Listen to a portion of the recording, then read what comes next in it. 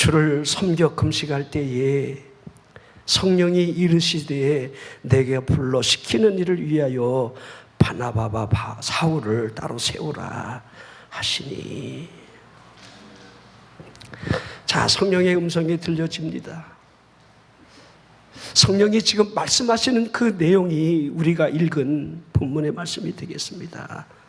내가 시키는 일을 위하여 따로 세우라, 그렇게 하신 거지요.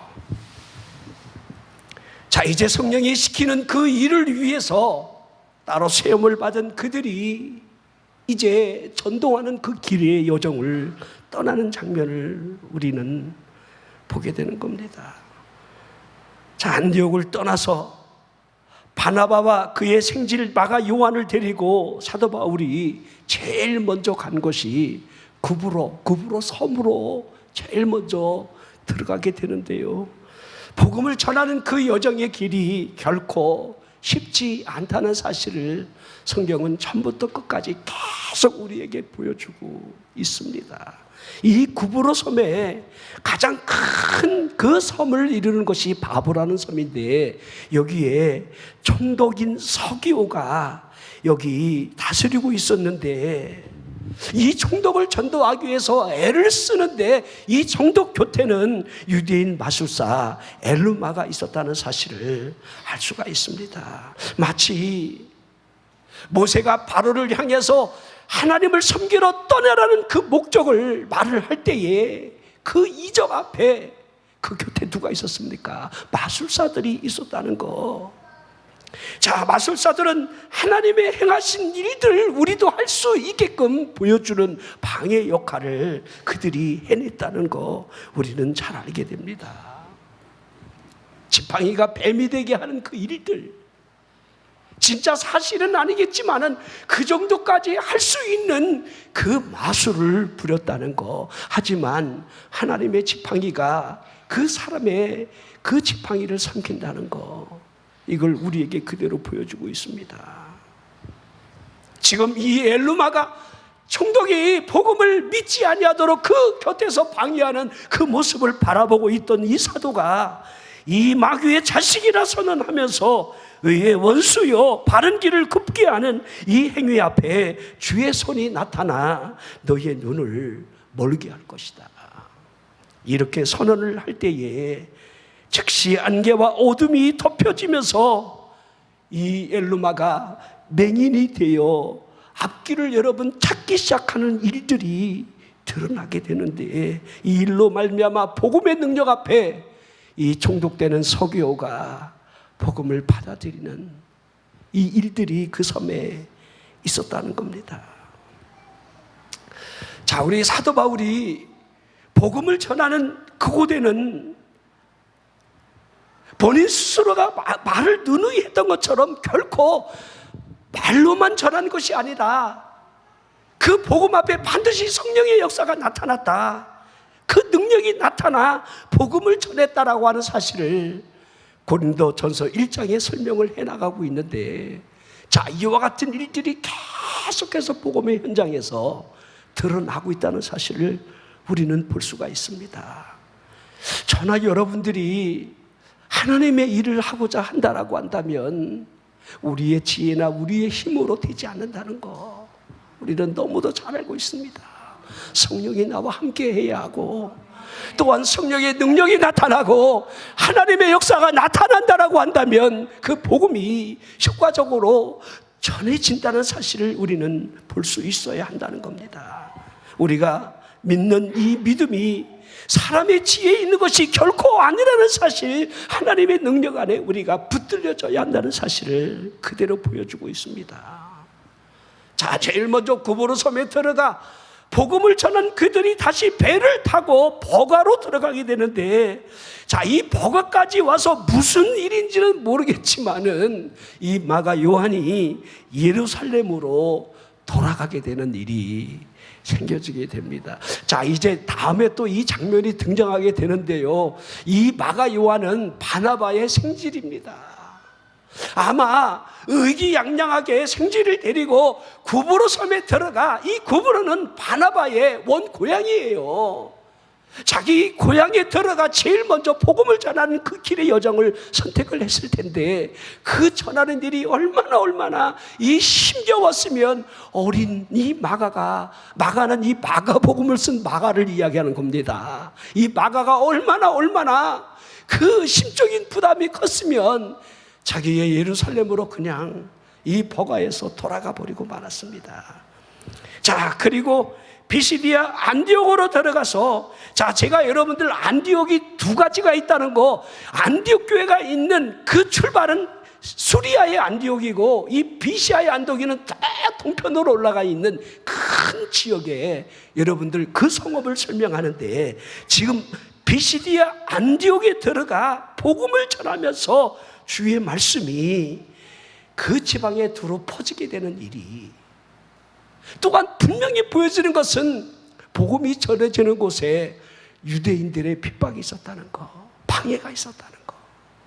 자, 끈질기게 예수님을 십자가에 못 박았던 그들이 믿는 이 유대교의 집착이 얼마나 강한지, 복음을 전하는 그 현장 앞에 예수가 그리스도라는 사실을 격렬히 저항을 하며 핍박을 가해왔다는 거 잘 알게 됩니다.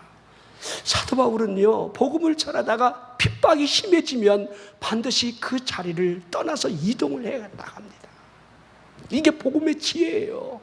거기서 나 죽을 때까지 하는 것이 아니라, 여기서 복음을 전하며 하나님의 말씀이 흥황될 때에 반드시 핍박이 시작될 때마다 여러분들 다른 지역으로 복음을 전하러 떠나갔다는 것을 보게 됩니다. 자, 이제 사도 바울이 이고니온으로 가게 되고, 자, 이고니온에 들어가 복음을 전하니까 유대인들이 따라와서 그들에게 돌을 던지게 되는데, 자, 그것을 또 피해서 간 곳이 루스드라입니다.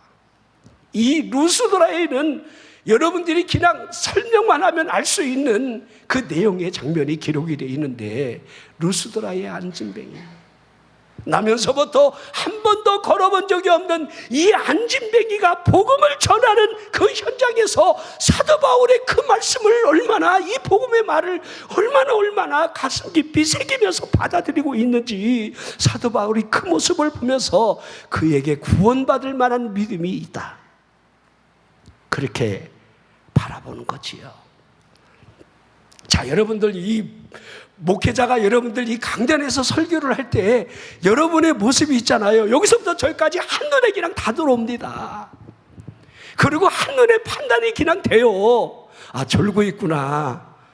아, 별로 관심이 없구나. 아, 억지로 끌려왔구나. 뭐 은혜 받을 그 마음이 별로 준비가 안 돼 있구나. 뭐 이런 것들이요. 아, 너무나 사모하는데, 막 그냥 은혜를 사모하는 그 마음이 그냥 그대로 느껴져요. 자, 그러기에 이 루스드라의 안진뱅이가 사도 바울이 전하는 그 복음을 들으면서 그 간절함이 얼마나 컸으면 구원받을 만한 믿음이 그 안에 있다 하면서 그 믿음을 바라보며 안진뱅이를 향해 사도가 크게 외치는 음성이 사도행전 14장 10절에 이렇게 기록이 되어 있습니다. 큰 소리로 이르되 네 발로 일어서라 였습니다. 저는요, 여러분들이 막 은혜가 막 넘치는 그 순간에도 네 발로 일어서라 이렇게 하기는 참 어려울 것 같아요. 이 얼마나 대단한 일입니까? 하나님의 역사가 그와 함께하는 이 표적이 얼마나 크게 나타나면 그 입으로 선언하는 그 복음의 역사에 하나님의 기적이 함께하고 있음을 그대로 보여주는 겁니다. 자, 이렇게 네 발로 일어서라 할 때에 안진뱅이가 즉시 일어나며 걷기 시작했다는 사실, 다시 말할까요? 성령의 능력, 성령의 나타남이 그 현장에 있었다는 겁니다. 그 모습을 바라보는 루스드라 사람들이 마치 이 신들이 사람의 형상으로 내려오셨다라고 하며 나이 많은 바나바를 제우스로 여겼고, 말을 하는 이 사도 바울을 헤르메스로 여기면서 그들 앞에 제사를 지내려 했다고 하는 사실을 우리는 그대로 보게 됩니다. 그때에 사도가 하는 이 복음의 소리가 사도행전 14장 15절에 그대로 기록이 되어 있습니다. 이르되 여러분이요 어찌하여 이러한 일을 하느냐, 우리도 여러분과 같은 성정을 가진 사람이라 여러분에게 복음을 전하는 것은 이런 헛된 일을 버리고 천지와 바다와 그 가운데 만물을 지으시고 살아계신 하나님께로 돌아오게 합니다. 복음이 무엇입니까? 살아계신 하나님께로 방향을 전환하게 하는 게 복음이에요. 지옥 가야 할 심령이 천국 백성으로 눈을 돌려 그분을 바라보게 하는 것이 여러분 복음이라는 사실을 설명을 하고 있습니다. 우리가 잘 아는 대로 사도행전 10장에는 백부장 고넬료가 그의 친척들 가까운 친구들을 다 모아놓고 베드로를 기다리면서 베드로가 들어올 때에 그를 맞아 그의 발 앞에 엎드려 절을 하는 이 장면을 우리가 볼 수가 있습니다. 자, 이 고넬료는 베드로가 우여곡절 끝에 유대인으로서 이방인과의 교제가 위법인 줄 알면서도 하나님께서 지시하신 대로 내가 아무도 속되다 하거나 깨끗하지 않다 하지 말라 말씀하신 대로 내가 이곳에 왔음을 밝혔을 때에 고넬료 또한 나흘 전 이맘때에 내 집에서 제9시에 기도를 드릴 때에 갑자기 한 사람이 나타나 빛난 옷을 입었는데 내 앞에 서서 말하기를 내 기도가 하나님이 들으셨고 내 구제를 하나님이 기억하셨다 라고 하면서 사람을 요바에 보내어 베드로라는 시몬을 청하라. 그는 바닷가 무두장이 시몬의 집에 유숙하고 있느니라. 자, 얼마나 정확합니까? 베드로를 청해서 내가 지시하는 그 말을 네가 들었으면 좋겠는데 그가 지금 어디에 있다라는 이 사실까지 정확하게 지금 하고 있는 거지요. 그래서 사람을 내가 보냈는데 이제 당신이 우리에게 오셨으니 이제 우리는 주께서 당신에게 명하신 모든 것을 듣고자 원하여 지금 하나님 앞에 있는 겁니다. 여러분 이 고넬료의 이 모습을 보십시오. 자, 하나님께서 무엇을 여러분들 주시려 하는지, 하나님이 받으실 만한 믿음의 사람을 통해서 하나님이 무엇을 주시고자 하시는지를 그대로 여러분 우리는 볼 수가 있습니다.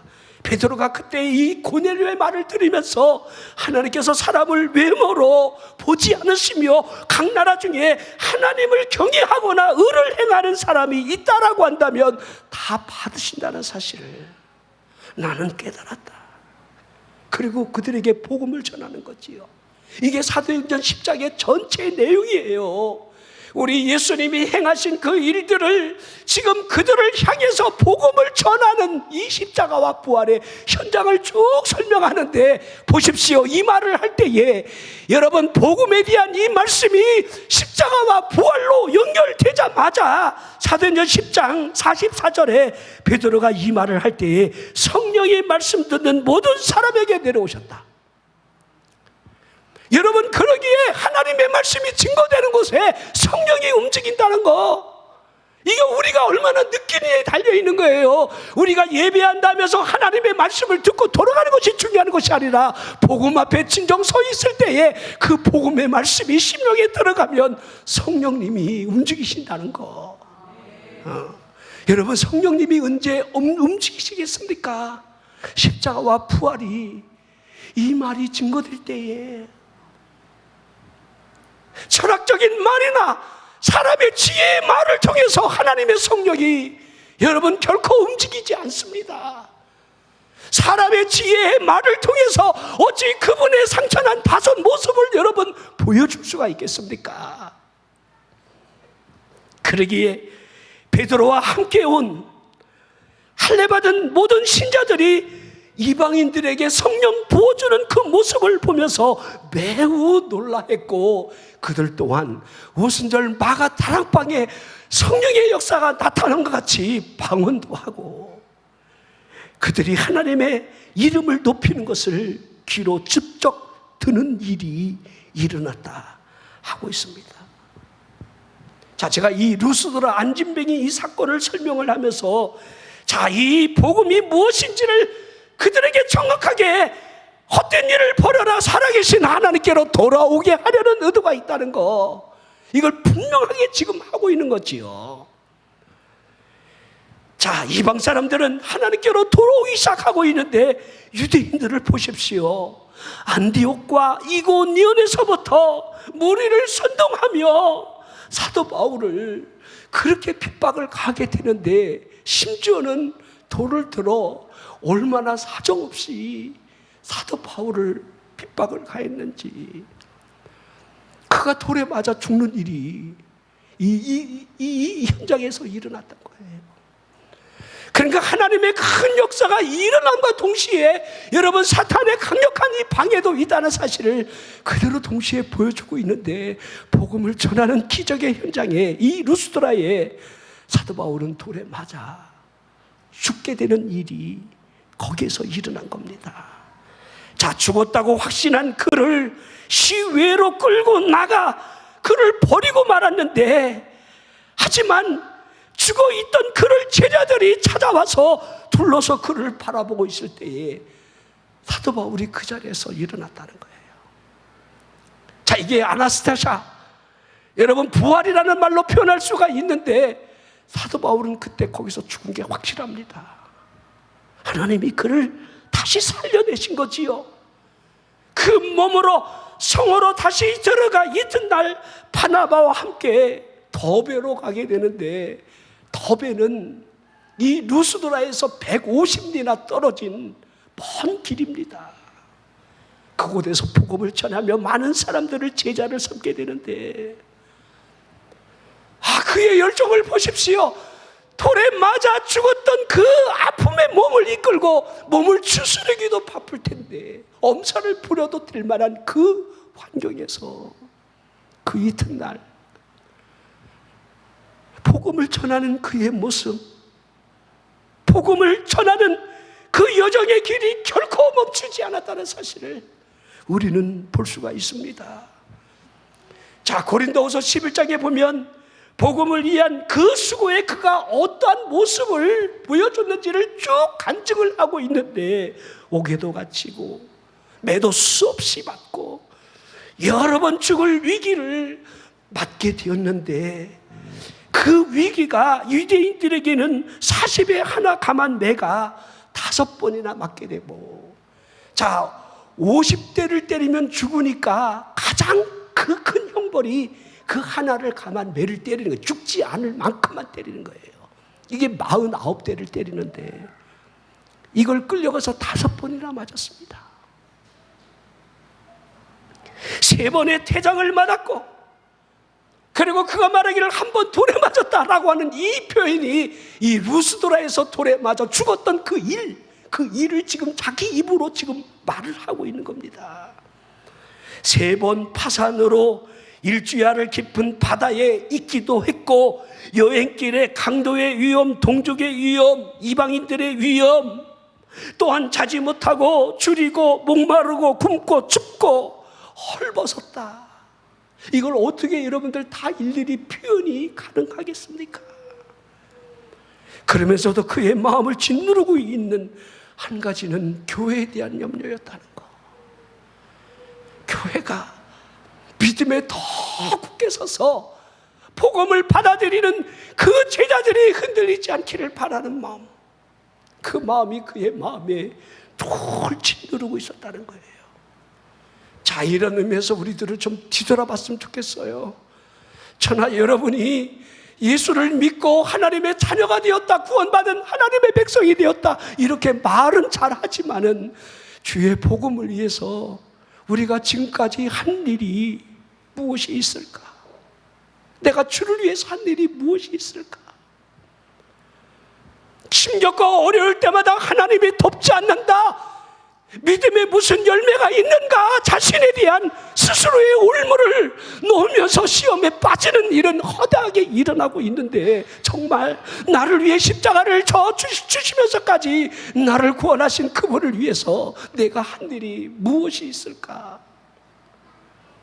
여러분, 우리가 주를 위해서 고난당한 적이 있었습니까? 제가 늘 가끔 그런 이야기를 많이 하게 됩니다. 아무것도 안 하면 아무 일도 일어나지 않는다고. 우리는 아무 일도 안 하고 있었던 거예요. 그러기에 아무 일도 일어나지 않은 거예요. 사도 바울 또한 아무 일도 안 한다라고 한다면 그에게 핍박이 있을 리도 없습니다. 여러분들 천주교 신자들이 핍박이 없는 이유가 여러분들 단 하나입니다. 그들은 동일하게 다 제사 지냅니다. 세상과 적당히 다 타협하는 그 신앙생활에서 여러분들 그 누가 그들을 대항하고 그들을 핍박할 이유가 있겠습니까? 하지만 정말 경건하게 하나님을 섬기는 사람들에게는 여러분들 세상과 결코 타협할 수 없는 그런 부분들로 말미암아 여러분들 핍박이 있을 수밖에 없다는 거예요. 제가 물어볼게요. 여러분들이 예수를 믿는다라고 하면서 아무 일도 일어나지 않고 아무런 핍박도 없다라고 한다면 여러분 스스로가 물어보십시오. 내가 정말 잘 믿고 있는 건가? 아닐 겁니다. 우리가 하나님의 일을 하면서 무언가 영광이 되돌아온다라고 하는 이 착각 속에 결코 빠지면 안 됩니다.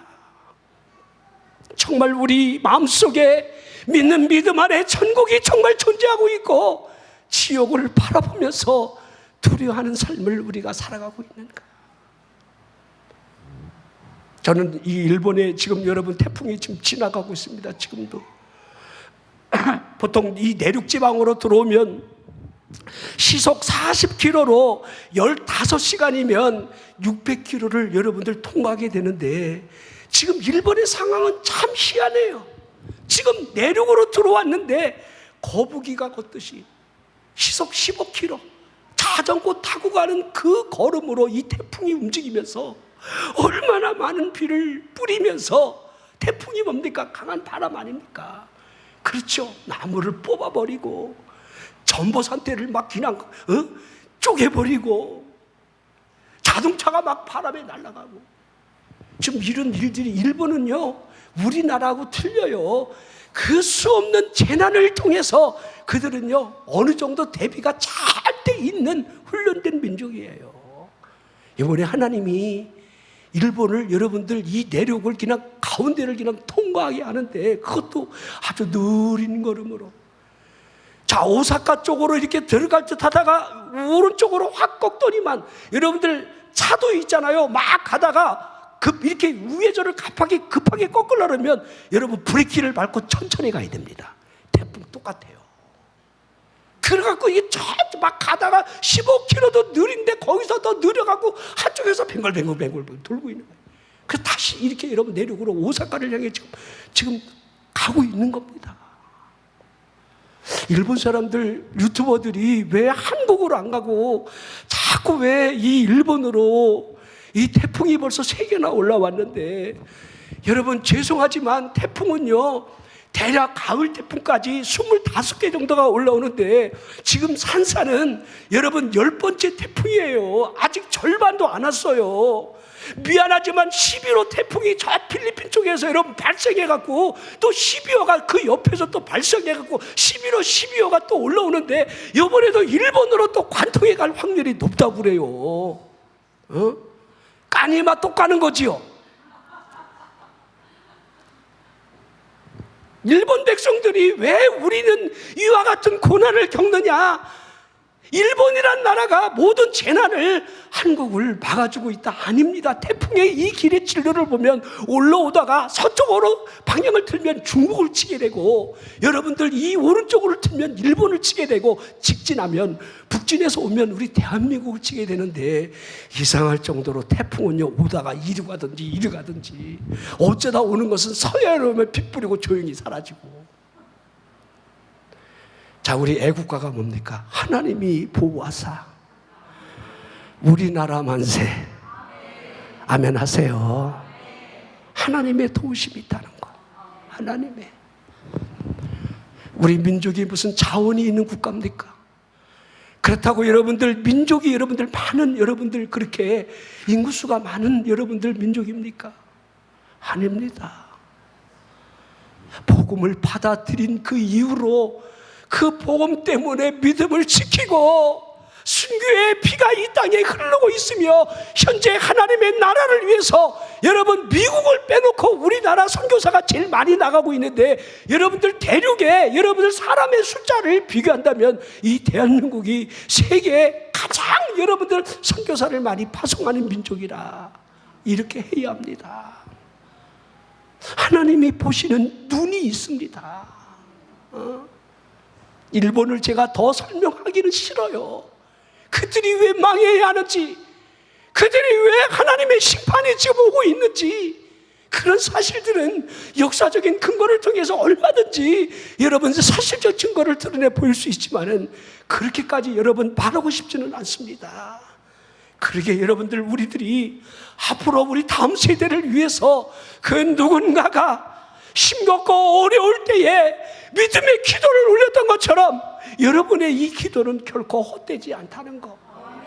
여러분, 사도 바울이 디모데를 향해서 뭐라 했습니까? 너는 때를 어떤지 못 어떤지 말씀을 전파하는데 항상 힘써야 한다. 디모데후서 4장 2절 말씀을 여러분 하고 있다는 사실. 우리는 어떠합니까? 우리는 이 복음 앞에 우리는 어떻게 서 있습니까?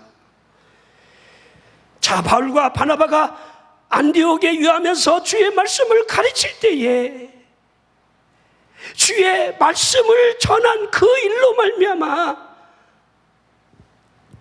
이제 두 번째로 떠나려고 하는 그 마음은 각성에 다시 돌아가서 믿음을 받았던 그 제자들이 어떤 모습을 하고 있을까? 자, 두 번째 여러분 방문하는 이유는 그러한 이유를 가지고 안디옥교에 돌아와서 그들이 재정비를 하며 다시 예전에 했던 그 지역을 역으로 돌아보면서 지금 여러분들 복음을 전하려고 지금 떠나려 하고 있는 겁니다. 이 복음의 여정을 보십시오. 그들의 이 마음을 보라는 거예요. 자, 그때에 문제가 하나 생겼습니다. 이 바나바가 마가 요한 이 생지를 다시 데려가고자 할 때에 이 일을 사도 바울은 강력하게 반대를 했습니다. 그가 밤빌리아에서 어떤 모습을 보여줬는지, 또 두 번째 갔다가 어떠한 모습을 우리에게 또 보여주는지, 그를 데려갈 수가 없다. 그 일로 말미암아 심하게 다퉜고 피차 갈라서는 일이 일어나고 말았습니다. 자, 이게 복음을 전할 때에 사람마다 생각이 다르고 의견이 갈라진다면 이렇게 다툰 일이 있다는 것을 우리에게 또 보여주는데요. 우리 여러분 한국교회에 왜 이렇게 교파가 많으냐 그러는데, 교파가 많아야 전도가 되는 거예요. 여러분들이 만약에 감리교 하나만 있어 보세요. 장로교 하나만 있어 보세요. 한국교회가 이렇게 여러분들 부흥할 것 같아요? 아니에요. 서로 선의의 경쟁을 하면서 나는 감리교인이다, 나는 장로교인이다, 나는 순복음교인이다 이러면서 서로 여러분들 뭔가, 여러분 그러면 성을 다 이씨를 하고 있지 왜 송씨도 있고 박씨도 있습니까? 왜 차씨는 왜 있는 겁니까? 다 똑같은 거예요. 다르지 않습니다. 왜 교회가 교파가 그렇게 많느냐 그러면 하나님이 그렇게 하셨다. 그걸 통해서 합력해 선을 이루고 복음이 더 선의적으로 전파되고 있다. 이렇게 이해하는 게 좋아요. 여러분 사도 바울과 바나바가 이 마가 요한 때문에 심히 다투면서 그래 알았어 따로 가자 그래갖고요. 이 바나바는 자기 생지를 이 마가 요한을 데리고 여러분들 어디로 가느냐? 자기가 살던 고향 구브로 섬으로 다시 들어가게 되고, 자, 그리고 사도 바울은 신라를 택해서 수리아와 길리아로 가서 교회를 견고하게 다시 하게 하면서 다시 더베 또 루스드라, 자, 그 지역을 역으로 또 다시 이렇게 여러분 복음을 전하는 그 일들을 사도행전에서 보여주고 있는데, 자, 그곳에서 디모데를 만나게 되는데요. 이 더베입니다. 이 루스드라입니다. 그 지역에서 자, 하나님이 얼마나 오묘한 일을 하고 계시는지, 자, 여러분 아는 이 디모데는 믿음의 아들입니다. 언제든지 사도 바울이 교회를 세우면 그가 뒤따라와서 교회를 잘 뒤에서 여러분들 보필하고 교회를 든든히 세우는 일에 가장 목회자적인 역할을 했던 훌륭한 믿음의 아들, 그 디모데를 거기에서 루스드라에서 더베에서 그를 얻게 됩니다. 자, 이 디모데는요 어머니가 유대인이고 아버지가 헬라인이에요.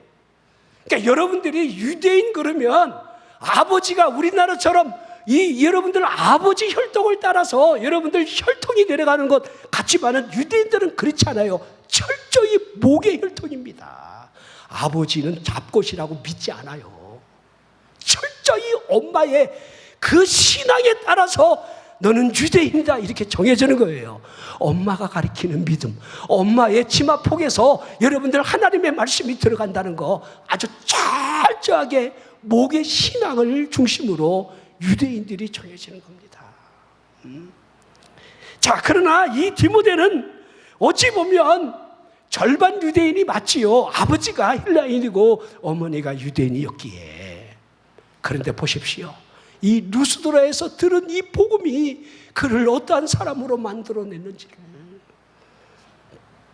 자, 아마 루스드라에서 돌에 맞아 죽었던 그 현장에서 어찌 보면 하나님이 믿음의 아들을 그곳에서 주셨지 않았을까라고 하는 생각을 하게 됩니다. 하나님의 역사는 참 오묘해요.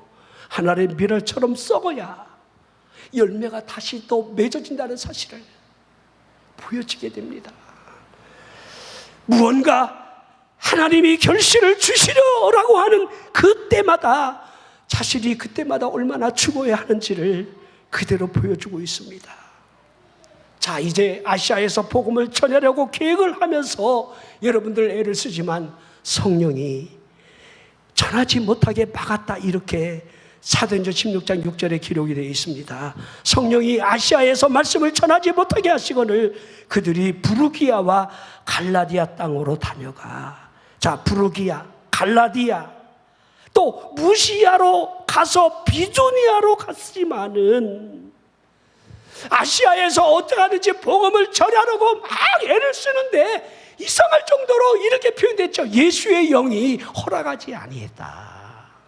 성령이 그들의 가는 길을 어떻게 막았는지는 잘 모르겠습니다. 가려 하는데 뭔가 여러분 삐뚤어지고 몸이 아프다든지 여러분들 얼마나 많은 그 걸림돌이 그들 앞에 있었다는 사실을 그대로 보여주는데, 자, 그래서 그들이 들어와 한국까지 내려와 있는데 그 밤에 사도 바울이 환상을 보게 되는데 환상 중에 마케도냐 사람 하나가 서서 말하기를 이곳으로 건너와서 우리를 도와달라라고 하는 환상을 보게 됩니다. 아시아에 여러분 가장 북쪽에 있는 이 항구에서 여러분들 지중해를 건너 여러분들 마케도냐 성 가장 큰 성이 있는데 그 성은 아시아가 아니라 유럽을 가리킵니다. 그러니까 이 유럽의 첫 성이 여러분들 빌립보 성이라 할 수 있고 당시에는 로마가 식민 지배를 하던 그런 시절이었는데, 자, 환상을 본 그대로 하나님이 마치 우리를 그곳으로 가라는 것이 아닐까라고 하면서 그곳으로 가려고 애를 쓰고 있을 때에 하나님이 그들에게 갈 수 있는 길들을 이렇게 열어줬다는 사실을 우리는 알게 됩니다. 우리가요, 하나님의 일을 할 때에 어떨 때는요, 안 되는 것처럼 느껴질 때가 있어요. 막혀지는 것처럼 느껴질 때가 있어요. 그러면요, 안 되는 거 되게 하려고 막 하지 말고요, 기다렸다가 하나님이 열어주는 새로운 길이 있다면 그 길을 바라보고 나갈 수 있는 그런 지혜가 필요한 거예요.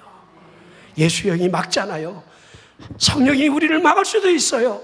하나님이 내가 그곳에 가는 것이 아니다 할 수 있어요. 하나님이 우리에게 원하는 것이 다른 쪽에 있을 수도 있기 때문에 그 눈을, 만약에 우리가 환상을 제대로 볼 수만 있다라고 한다면 얼마나 좋겠습니까? 하지만 우리들이 환상을 본다는 것은 환상입니다.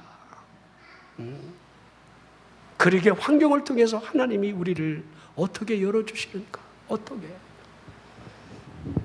저희들이 교회를 개척하면서요, 교회를 여러분들 여러 번을 옮기면서 교회를 짓게 되는데요, 그때마다 환경이 하나님이 그렇게 몰아가시는 것을 그때마다 느끼게 되더라고요. 지금까지 멀쩡하게 이 동네에서 그렇게 똑같이 찬송 부르고 똑같이 기도하고 그렇게 막 소리를 지르면서 그렇게 예배를 드렸는데 어느 날 갑자기 어떤 사람이 그것도 꼭 교회 다니는 권사가 우리 아이가 고3인데 이제 너무 시끄러워서 아이가 공부하는 것이 방해가 된다 이러면서 교회 와서 항의를 하면 하나님이 여기서 이제 가라는가 보다. 지금까지 그 집이 새로 이사 온 것도 아니야. 우리가 그 집 앞에 여러분들 2층에서 여러분 교회를 얻어가고 할 때까지 아무 소리 없던 그 권사가 갑자기 시끄럽다고 하니까 하나님 다른 데로 가게 해주세요. 그러면서 옮겨요. 옮긴 그 자리에서 그 집이 1년 6개월 만에 여러분들 다시 건물이 팔리면 하나님이 가라는 것보다 우리가 여기다 시설을 얼마나 했는데요, 우리가 얼마나 손해를 보게 되는 줄 아세요? 그리고 다투지 않았습니다. 그리고 다른 곳을 또 여러분들 바라보고 계약을 하고 교회를 또 옮기고, 그렇게 그 여정길에 하나님이 교회를 칠 수 있는 그 길들을 열어주시더라고요. 하나님의 사인이. 여러분들 혹시 토끼를 잡을 때 토끼 몰입꾼이 어느 한쪽의 방향으로 몰아간다는 거 우리 잘 알지요. 지금은 토끼를 그렇게 잡는 법이 없겠지만은 토끼를 잡으려면 토끼 몰입꾼이 있어요. 그곳으로 몰아가는 거예요. 마치 하나님이 우리들을 너 글로 가라 이렇게, 일로 안 돼, 이리로 가.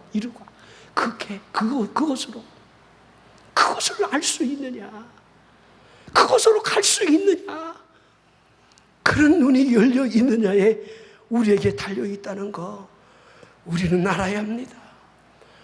자, 환상을 본 이 사도의 일행이 마케도냐로 가기로 힘을 쏟게 되는데 이 두로와 항구에서 사모드라게로 가는 배를 순탄하게 얻어 타게 되고, 그래서 네아폴리로 들어가 그들이 제일 먼저 도착한 곳이 빌립보였다는 거. 이 빌립보를 보십시오. 거기서 누구를 만나는지. 안식일을 맞이하여 회당이 없는 그 지역에서 강가에 내려가 기도처를 찾고 있는 가운데 유대교로 개종한 이 여러분들 루디아가, 여러분 믿는 여인들이 그 강가에서 기도하는 그 속에 들어가 복음을 전할 때에 주께서 이 여인의 마음을 열었다는 거, 그렇게 기록이 되어 있습니다. 주께서 그 마음을 열었다, 사도 바울의 말을 따르게 했다, 이렇게 기록이 되어 있습니다. 그러게 여러분, 루디아를 바라보면서 엘리야 시대에 사르밧 과부가 있었듯이, 또한 엘리사 시대에 수넴 여인이 있었듯이 하나님이 예비해 놓은, 주께서 그 마음을 열어준 사람을 통해서 하나님의 일이 이루어져 가고 있다는 사실, 그 사실을 그대로 보여주게 됩니다. 이 수넴 여인은요, 엘리사가 지나갈 때에 하나님의 거룩한 종이라고 믿었기에 그를 자기 집에 모셔 음식을 대접하는 것뿐만 아니라 아예 그분이 거처할 수 있는 방을 짓고 모든 것들을 진설해 놓고 여기에 머물고 가라고 그렇게 했던 여인이 수넴 여인이에요. 여러분들은 목사님을 한번 제대로 집에 초청해 갖고 여러분들 한번 해본 적이 있습니까? 강권에서라도 목사님 우리 집에 오셔서 맛있는 식사라도 하시고 축복기도 해주세요, 이런 마음이 여러분 들어가 본 적이 있습니까? 이 여인을 보십시오. 그러기에 여러분, 주의 종의 마음이 감동을 받는 대로 아들이 없다는 사실 앞에 아들을 하나님이 허락해 주기를 기도하고, 죽었던 아들이 살아나는 이 장면 또한 여러분 다르지 않습니다. 전부 보십시오.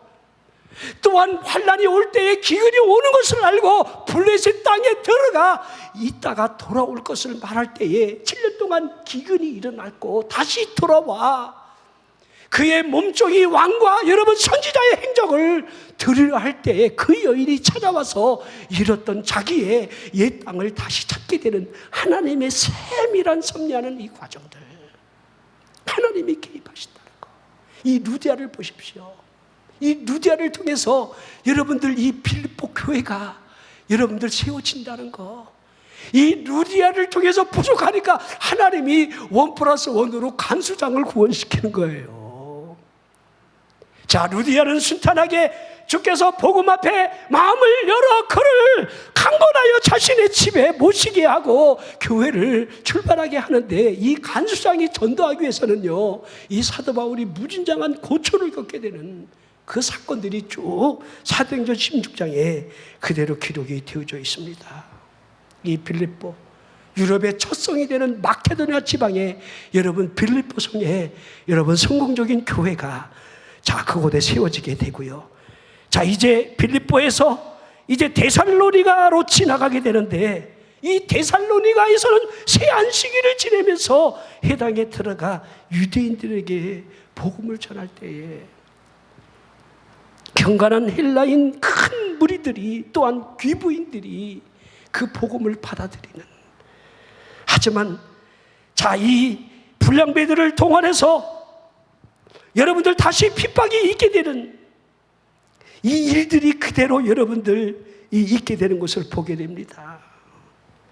자, 이제 데살로니가에서 핍박이 있으니까 베레로 가고, 베레에서도 여러분들 헬라 사람들이, 교회인들이 예수께로 돌아와 믿음에 여러분들 사람들이 세워지는 그 현장 앞에 다시 데살로니가에 있던 유대인들이 베레까지 여러분 쫓아 내려와 선동을 하며 핍박을 하자 다시 아덴으로 내려가게 되는 그 일이 일어났습니다. 이 아덴은요, 그리스도의 수도가 되는 아테네를 아덴이라 이렇게 하는데 헬라 철학의 본산지입니다. 자, 그곳에서 여러분들 이 철학자들과 변론을 하며 너희들이 알지 못하는 신을 내가 전하겠다 하면서 철학적인 조건을 통해서 부활을 전했지만은 실은요, 그곳에서 그는 복음의 실패를 하고 만 거예요. 자, 아덴에서 무슨 핍박이 있었던 것이 아닙니다. 하지만 복음을 전한 열매가 이 철학적인 이 지혜를 통해서 열매를 맺지 못했다는 사실을 그대로 보여주고 있습니다. 얼마나 낙심했겠습니까? 저 지혜에 있는 지혜자들이 하나님의 복음이 들어가면 회개하고 믿을 줄 알았는데, 그들이 가지고 있는 이 완고한 성을 깨트릴 수 없다는 그 사실 앞에 그 실패를 자인하고 낙심한 채로 그가 간 곳이 고린도였습니다. 아덴에서 고린도로. 그러기에 복음 전하면은요, 인간적 지혜가 아니라는 것을 보여주는 겁니다. 자, 얼마나 힘이 빠졌겠습니까? 얼마나 여러분 낙심한 상태가 되었겠습니까? 그 고린도에서 아덴의 이 복음의 실패가 그를 짓누르고 있을 때에 하나님이 그에게 위로자를 주시는데, 그 위로자가 우리가 너무도 잘 아는 브리스가와 아굴라 부부입니다. 이 사도행전 여러분들 로마서 16장에 여러분 브리스가 아굴라에 대해서 여러분들 무난하라고 하는 이 편지를 쓰면서 사도 바울이 그들을 향해서 이렇게 표현을 했습니다. 그들은 자신들을 위해서 목이라도 내줄 만한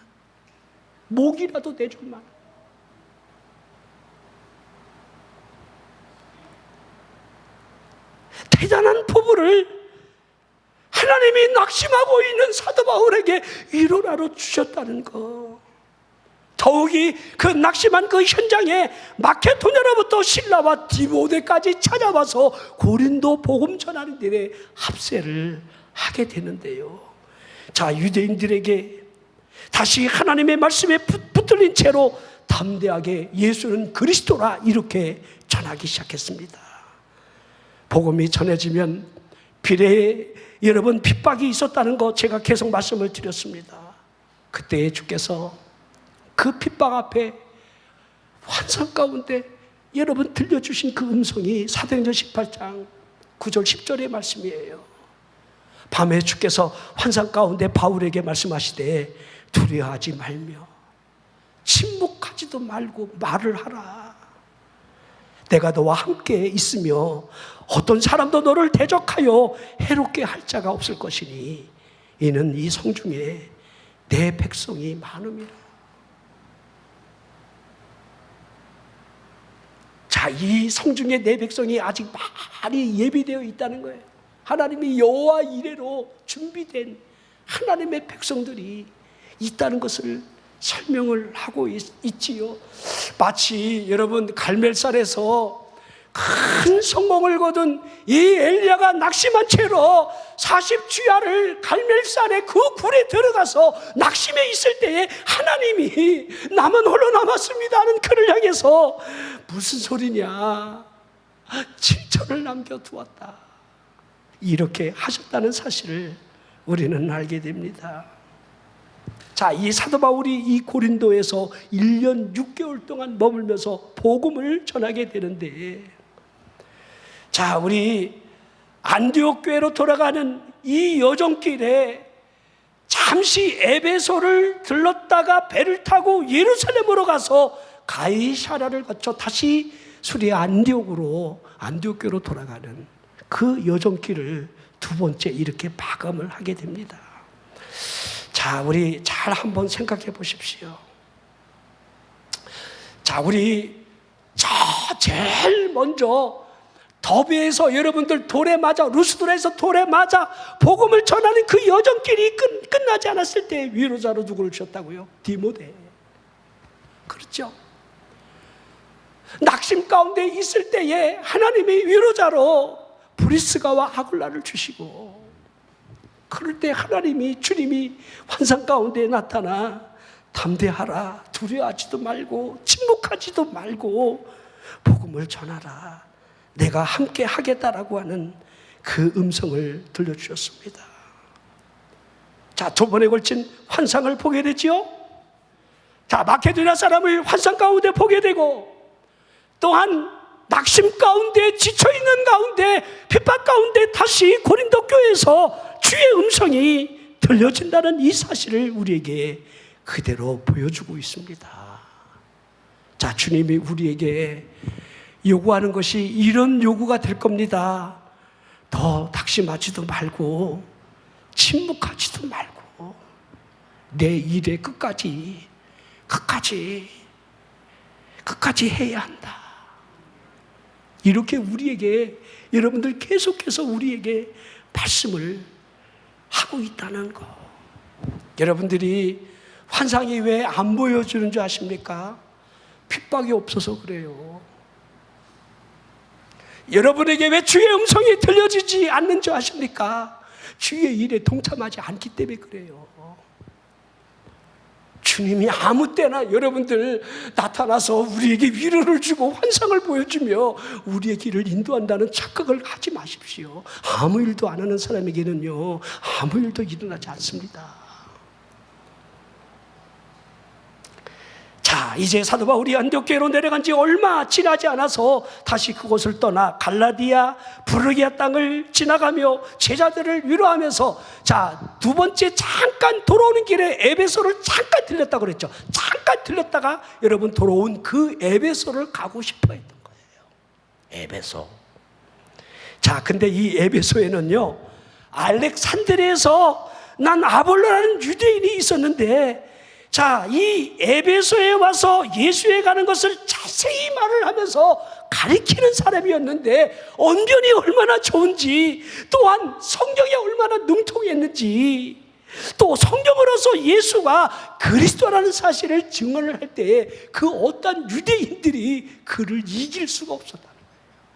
얼마나 성경에 능통한지, 그리고 언변이 얼마나 좋은지.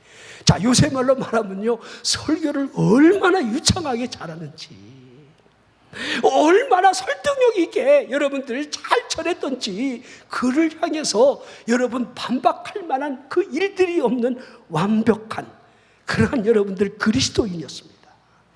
자, 하지만 아볼로가 예수 그리스도를 전하고 가리키기는 했지만은 이렇게 기록이 되어 있습니다. 오직 요한의 세례만 알고 있었다. 이렇게 기록이 되어 있었고요. 그러기에 그곳에 있었던 브리스가와 아굴라가 그를 불러서 하나님의 도에 대하여 정확하게 더 여러분 알게 풀이를 했다는 것이 여기 보여주고 있습니다.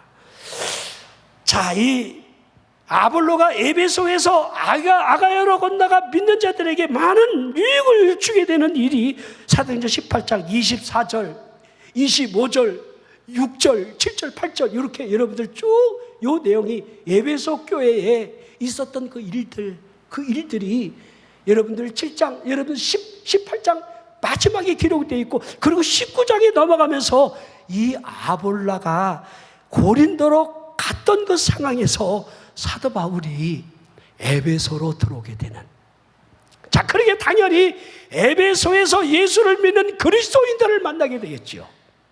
그들을 만났을 때에 여러분 사도 바울이 제일 먼저 그들을 향해 던진 질문이 이렇게 질문을 던지는 거지요. 사도행전 19장 2절입니다. 이르되 너희가 믿을 때에 성령을 받았느냐? 이르되 아니라 우리는 성령이 계심도 듣지 못하였노라. 여러분 보십시오. 왜 사도 바울이 예수 그리스도에 대해서 자세히 가르침을 받고 요한의 세례까지 받아 있는 그들을 향해서 너희가 믿을 때 성령을 받았느냐, 성령에 대한 말씀을 왜 했겠느냐 이 말이에요. 우리가요, 제가 뭐 지나치게 여러분들 성령 받아라 이렇게 하는 목사 중에 하나는 맞습니다. 한번 성령의 만지심이 있어야 되고 성령의 타치가 있어야 된다. 성령의 타치가 없는 사람들은 여러분 기도하는 이 무릎의 힘을 가질 수가 없어요. 그래도 기도하는 사람을 보십시오. 성령으로 여러분 타치가 되어 있는, 성령의 여러분들 이끌림이 있는 그 심령 안에 하나님의 역사가 흐르는 거지. 모르겠습니다. 저는 제가 여러분들 하늘산에서 이천성 목사님이라는 분을 통해서 그 당시에 여러분 오살리와 여러분 청평에 있는 하늘산 기도원의 두 줄기가 이 한국강단에 여러분 성령의 역사가 그렇게 강하게 나타날 때에 제가 그곳에서 성령의 체험을 하고 내가 거듭나는 그 순간에 하나님이 나를 선택했다는 거, 그걸 너무 뼈저리게 느꼈어요. 아, 성령의 세례가 필요하다. 그냥 어려서부터 여러분들 모태신앙으로 성경을 배우고 예배하며 이렇게 흐르는 것도 여러분들 틀린 방법은 아니겠지만 그래도 단 한 번이라도 성령의 타치가 한 번은 있어야 되겠다. 이 타치가 있어야 진정한 눈이 열린다. 입으로만 하는 기도가 아니라. 그러니까 이면적인 할례가 필요한 거예요. 겉이 아닌 속 심령이 새롭게 되는 이 변화의 역사, 이 역사가 한 번만큼은 있어야 한다. 그러게 여러분 오순절 마가 다락방에 여러분들 이전의 제자와 그 이후의 제자를 딱 구분해 보십시오. 얼마나 그들이 다른 모습을 하고 있는지.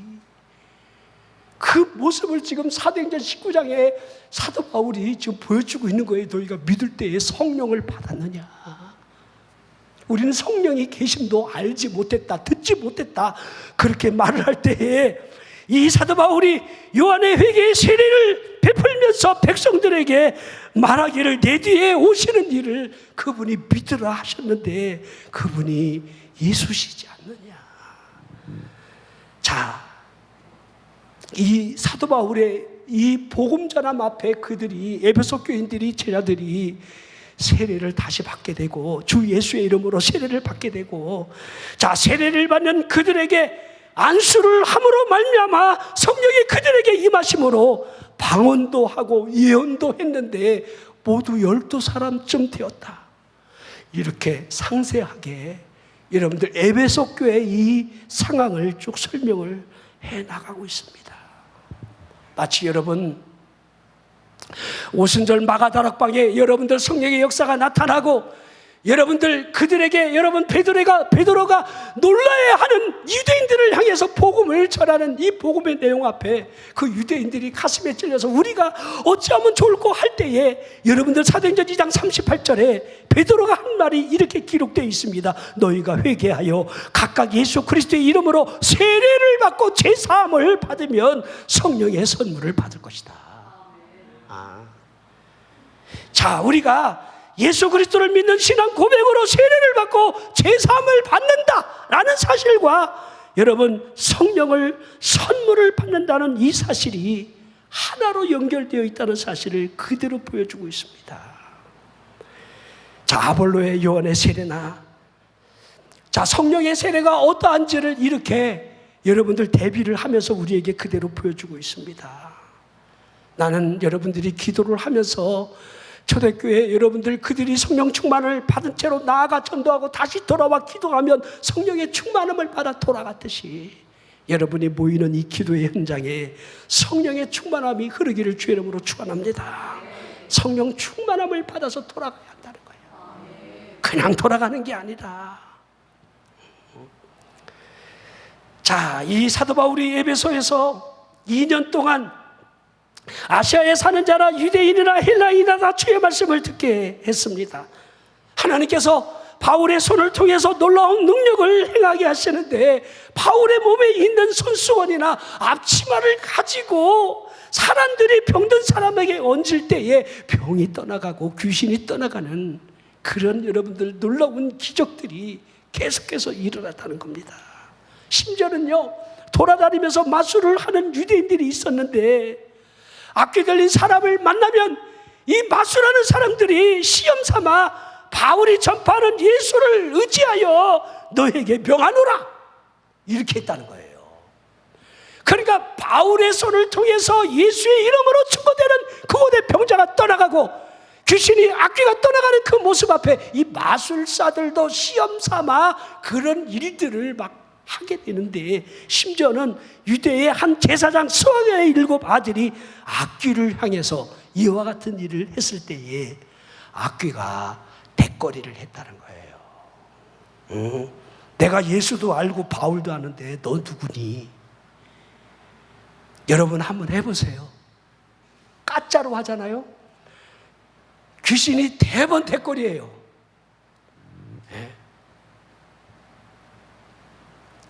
그래서 올라타갖고 얼마나 핥혀놨는지 옷을 벗은 채로 튀었다, 이렇게 기록이 돼 있어요. 여러분들, 제가 전도사님이 가짜 40일 금식하고 내려와서 보호식 하는 중에 교회에서 예배 드린 중에 이게 귀신이 막 나왔는데요, 이게 여러분 전도사 생활까지 했잖아요. 얼마나 이게 안에 귀신이 얼마나 강하게 들어있는지, 찬송을 부르고 막 기도를 하면서 막 그냥 사람들이 막 내가 다리 하나를 붙들어도 다리가 번쩍번쩍 들려. 다 한 사람이 한 팔 붙들고 여기 팔 붙들고 다리 붙들고 배 누르고 있고 머리 누르고 있고, 목사님, 사모님, 또 전도사님, 집사님, 막 권사님들 다 달라붙어갖고 찬송 부르고 막 그러는데, 찬송을 부르면요 일어나서 얼마나 춤을 멋지게 춰대는지. 그러면서 그 입으로 막 그냥 토해져 나오는 그 소리가 얼마나 여러분들 믿음 없는 사람을 책망하는 줄 알아요. 네가 무슨 권사인 줄 알아? 가방 들고 식당 다니면 권사인 줄 아냐고, 이년아. 꼼짝 못해요, 꼼짝. 여러분들이 정말 악귀한테 한번 서보십시오. 여러분의 정체가 그대로 다 드러날 테니까. 예수의 이름으로 주여 주여 아무리 여러분들 하는 그 신앙의 위선이 진짜 귀신을 만나면요 다 드러나게 돼 있어요. 이게 성경 이야기를 지금 제가 하고 있는 겁니다. 자, 그러게 에베소에 마술을 하던 사람들이 전부 이 마술책을 가지고 와서 사람들이 보는 앞에 불을 쏴질러요. 그 책값을 계산해 보니까 은이 5만 양이나 되었다. 이렇게 엄청난 일이 사도 바울을 통해서 이 에베소의 복음의 현장에 그렇게 능력이 나타나는 거예요. 자, 그때 또 이 에베소에 일이 터지죠. 자, 우리 데메트리라고 하는 이 은장색, 자, 아데미 신상을 은으로 만들어서 팔아먹던 이 사업가가 사람의 손으로 만든 것은 신이 아니다라고 복음을 전하는 그들로 인하여 생업이 타격을 받게 되니까 이거를 만드는 직공의 사람들과 이걸 업으로 하는 사람들을 다 불러 모아놓고 사람들을 충동질하면서 에베소의 위대한 아데미여 하고 막 이런 막 돌진을 하니까 사람들이 가치기랑 아데미여 그러면서 무리가 돼갖고, 여러분 바울을 평소에 따르고 있던 가이사 아리스도가를 붙잡아서 광장으로 막 끌고 나가게 되는데, 사도 바울이 그 현장에 나가려 할 때에 여러분 나가면 어떤 일이 일어날지 모릅니다. 제자들이 그를 만류합니다. 그도다 에베소 사람의 아데미여. 그러나 대다수의 사람들이 무엇 때문에 이곳에 와서 우리가 이 소리를 지르는지 몰랐다, 이렇게. 하고 있는 겁니다. 자, 이 일로 말미암아 소요가 2시간 동안 이루어지게 되고, 그때 서기장이 나서서 무리들을 진정시키며 너희들이 고발할 일이 있으면 재판하는 날도 있고 우리에게 총독이 있는데 피차 그때 고소를 해라 하면서 그 모임을 해산을 시킵니다. 만약에 더 소요가 커지면 로마의 군인들이 여러분 개입을 하게 되어 있습니다. 자, 소요가 그칩니다.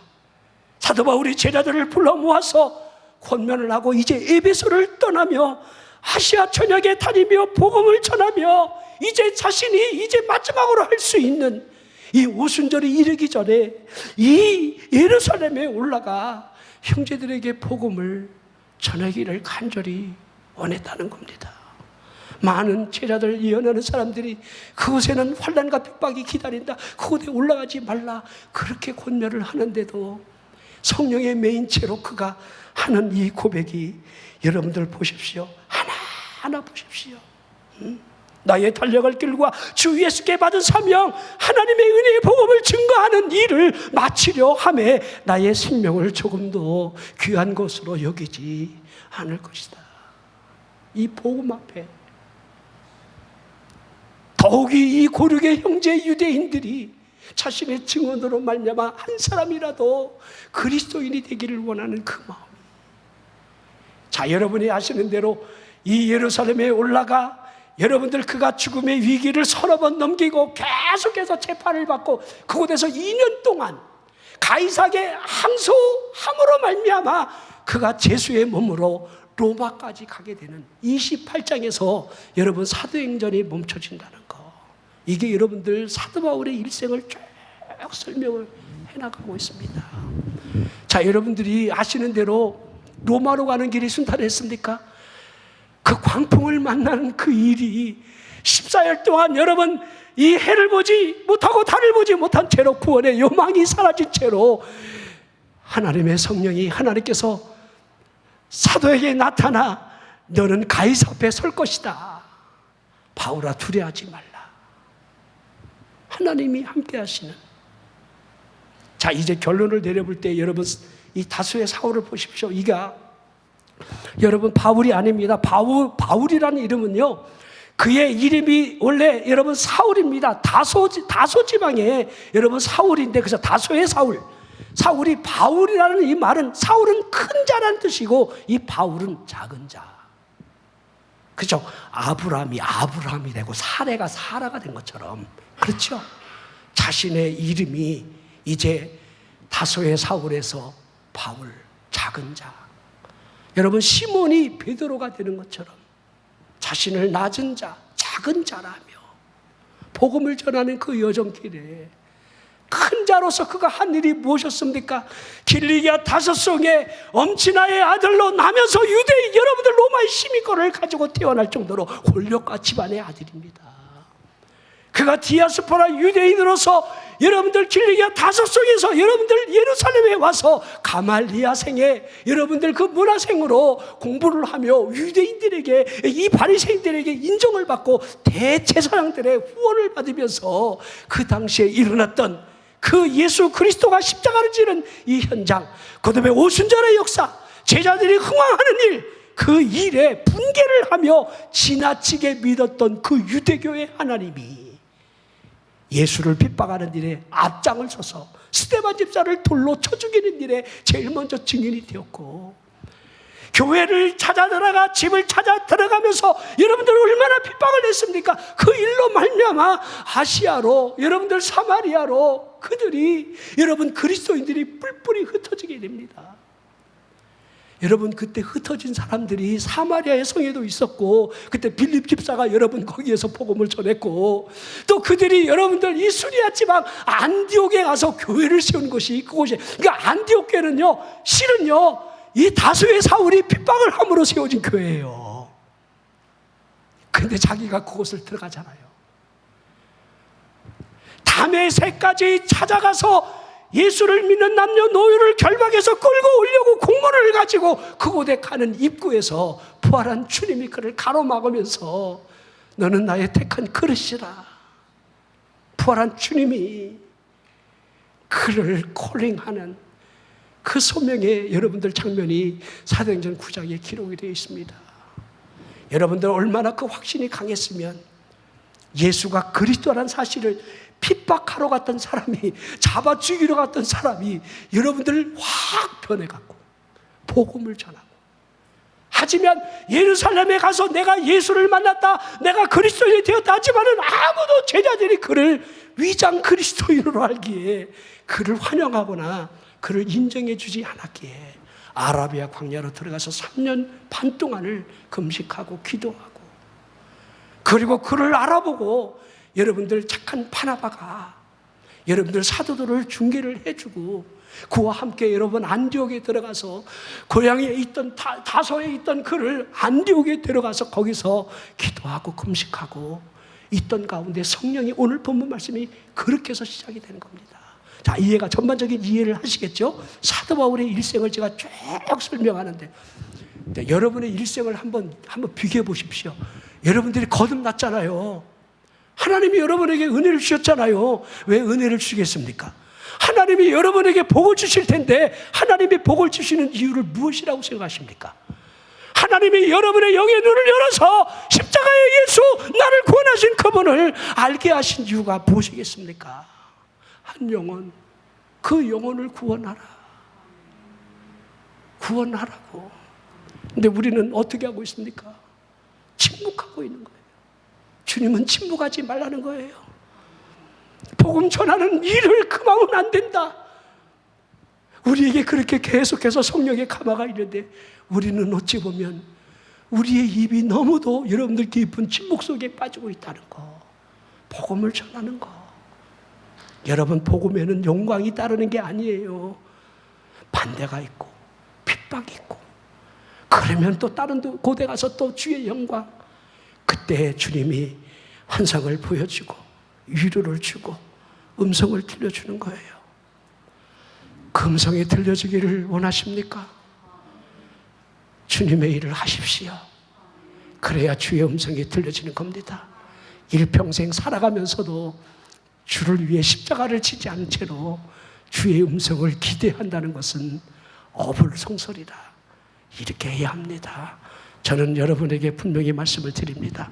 성령의 역사가 여러분에게 늘 능력으로 흐르기를 원하고, 여러분이 주의 일에 힘을 쓸 때에 주의 음성이 들려주고 주의 위로가 있고 주의 기적이 함께하는 그런 은혜가 있기를 주의 이름으로 축원합니다.